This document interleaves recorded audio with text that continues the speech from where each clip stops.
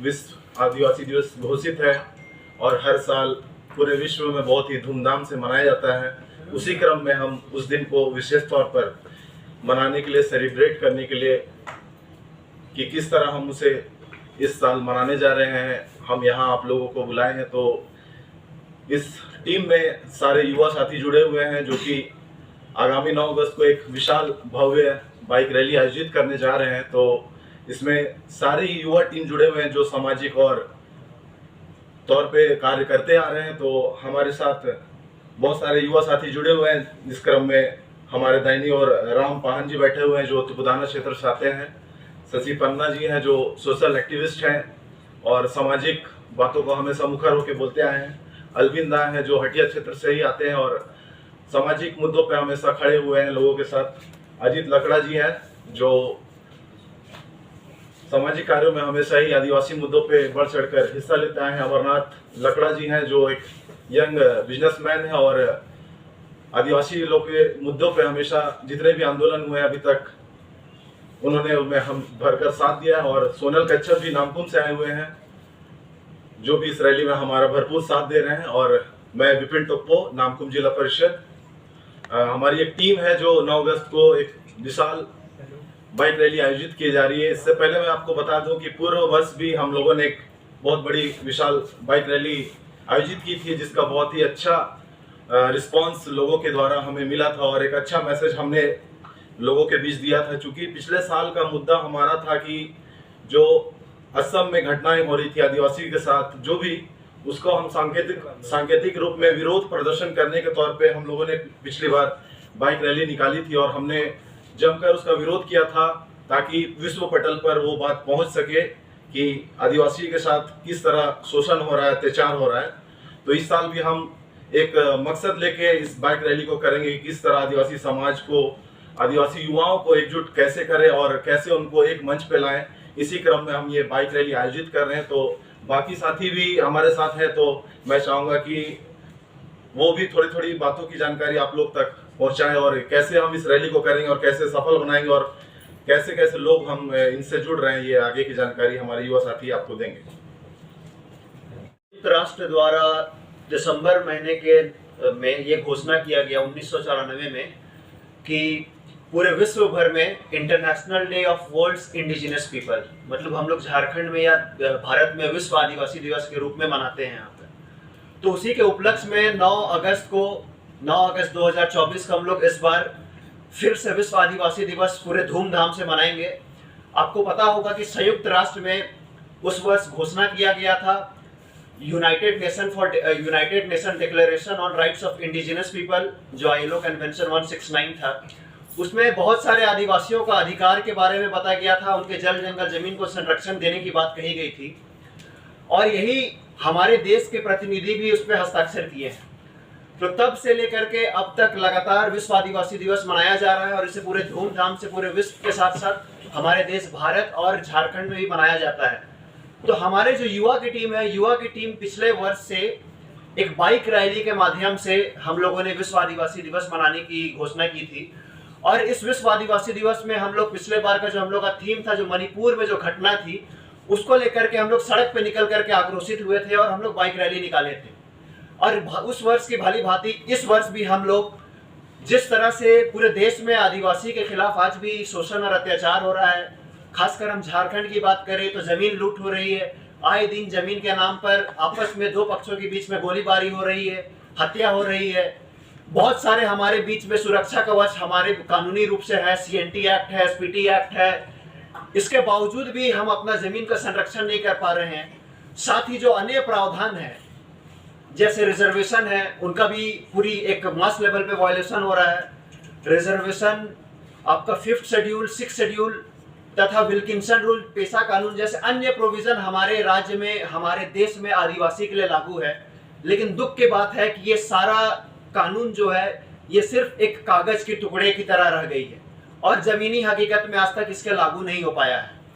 तो इन सभी चीज को लागू करवाने के लिए और इन सभी दमन नीतियों के लिए जो हमको जल जंगल जमीन से उखाड़ के फेंकने का काम किया जा रहा है, देख हम शक्ति प्रदर्शन के रूप में हम सड़क पे निकलेंगे और पूरे रांची में बाइक रैली करके हम ये संदेश देंगे कि अगर आदिवासी चुप है, इसका मतलब ये नहीं है कि आदिवासी गूंगा है, बहरा है, लंगड़ा है। हम भी लड़ सकते हैं और अपना अधिकार और हक के लिए मांग कर सकते हैं, और ये अब हम लड़ के नहीं, हम छीन के लेंगे। तो ये संदेश हमारा सड़क पे उतर करके, ये हमारा संदेश 9 अगस्त को चौक चौराहे में घूम करके ये रहेगा। और हमारा जो ये रूट चार्ट है, इस रूट चार्ट हम लोग बापू वाटिका में हम लोग इस कार्यक्रम का शुरुआत करेंगे। मोराबादी में बापू वाटिका है, वहां से फिर हम रामदयाल मुंडा पार्क होते हुए सिद्धू कानू पार्क से गुजरेंगे, और उसके बाद बाईपास रातू रोड होते हुए बाईपास रोड पकड़ेंगे। जिसके बाद हरमू में जो कार्तिक उरांव चौक है, वहां पर हम वहां पर हम लोग आएंगे। उसके बाद अरगोड़ा चौक, जो वीर बुद्धू भगत अरगोड़ा चौक के नाम से जाना जाता है, वो हमारा रूट रहेगा। अगला स्टॉपेज बिरसा चौक के पास रहेगा। उसके बाद हिनू दुरंडा के पास अंबेडकर चौक है, वहां अंबेडकर चौक होते हुए सुजाता चौक, अल्बर्ट एक्का चौक, नीलांबर पीताम्बर पार्क, और पुनः फिर हम बापू वाटिका के पास हम आएंगे। और इस दौरान जितने भी चौक चौराहा है, वहां पर हम बाइक रैली के माध्यम से हम वहां संदेश देंगे, और रोक करके हमारे बीच में जितना भी सामाजिक अगुवागण है, उनके बीच में हम ये 2-3 वक्तव्य रखा जाएगा। 2-3 जितना भी सामाजिक अगुवा है, वो लोग अपनी बात रखेंगे। और इसके साथ हम राज्य सरकार और खासकर जिला प्रशासन से ये भी हम निवेदन करेंगे, क्योंकि 2 वर्ष पूर्व झारखंड राज्य सरकार द्वारा 9 अगस्त को विश्व आदिवासी दिवस के अवसर पर अवकाश की घोषणा की गई है।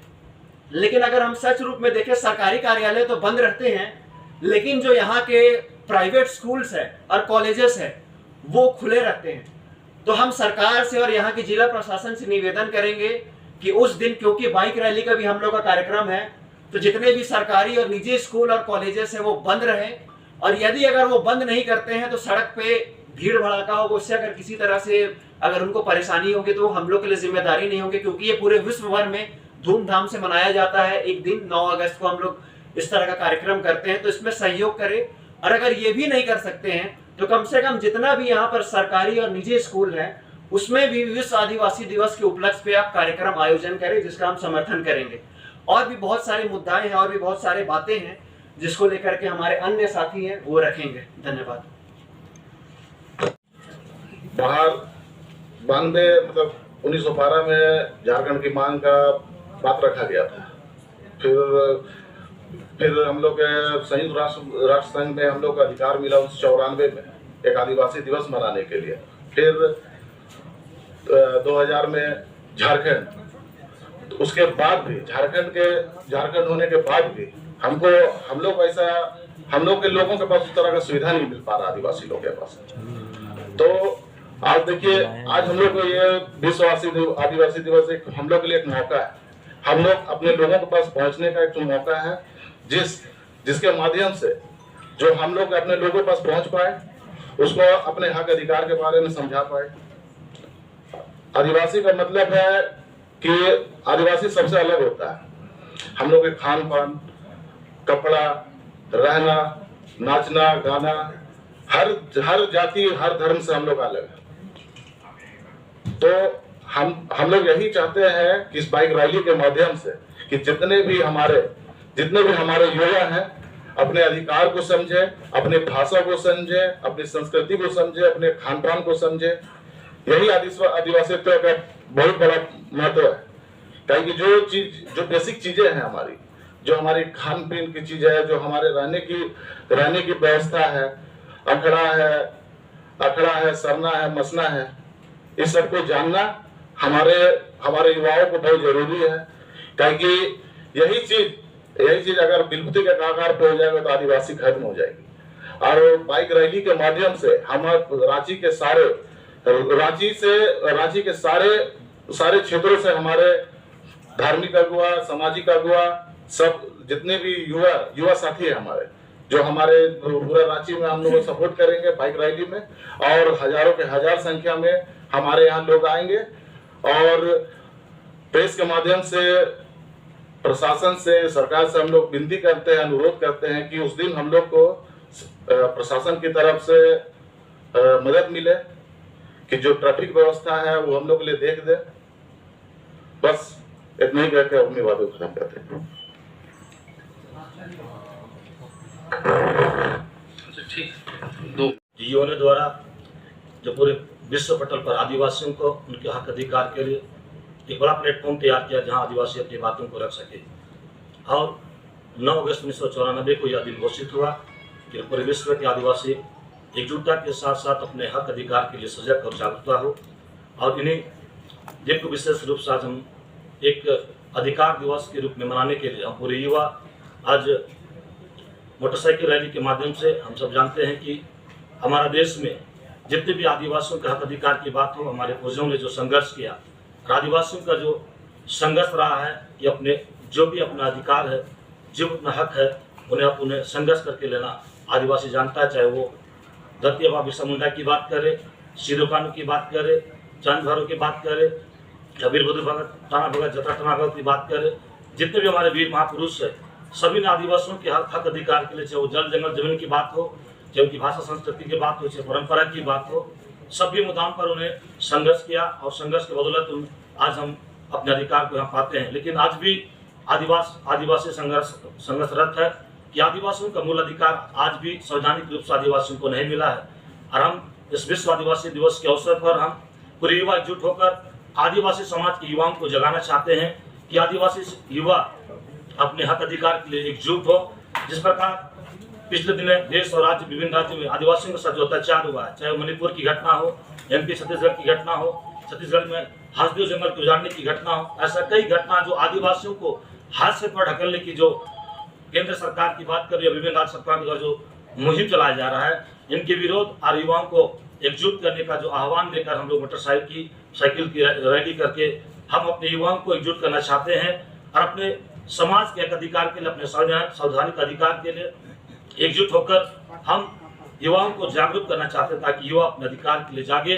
और आने वाले समय में निश्चित तौर पर जिस प्रकार हमारे पूर्वजों ने संघर्ष किया, उन संघर्षों को हम युवा अपने कंधों पर ले ताकि हमारा जो अधिकार अब तक नहीं मिला, चाहे वो जल जंगल जमीन की अधिकार हो, झारखंड में बात करें तो जल जंगल जमीन के अधिकार की बात लगातार होती है।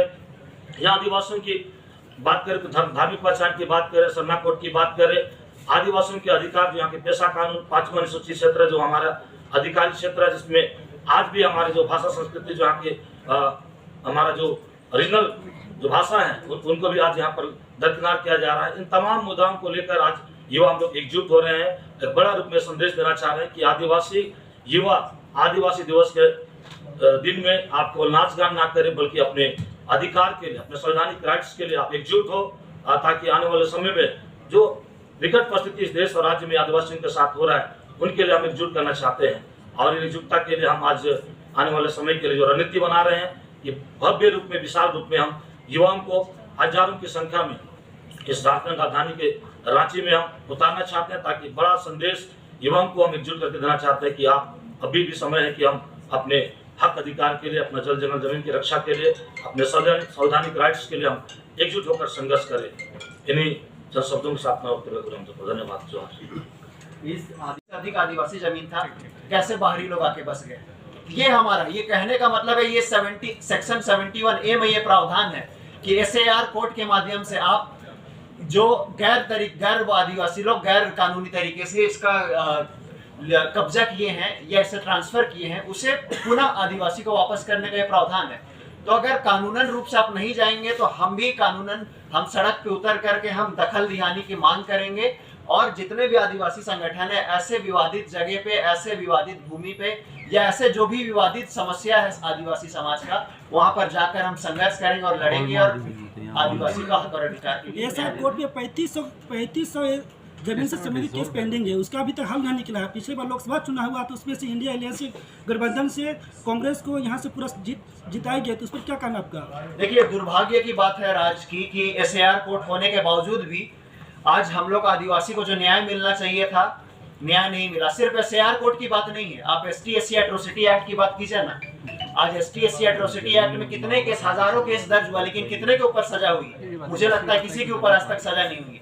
तो ये कानून को जो है, कानून की जहां तक हम बात करें, जब तक प्रशासनिक रूप से, भले सरकार तो आज हम बोलते हैं कि अबुआ राज, अबुआ दिसुम, अबुआ राज, अबुआ सरकार की हम बात करते हैं, लेकिन जो प्रशासन में बैठे लोग हैं वही हमारे फेवर में नहीं है। और यहाँ पर आज दुर्भाग्य की बात है कि यहाँ के जो डेमोक्रेसी है वहाँ पर ब्यूरोक्रेसी हावी है।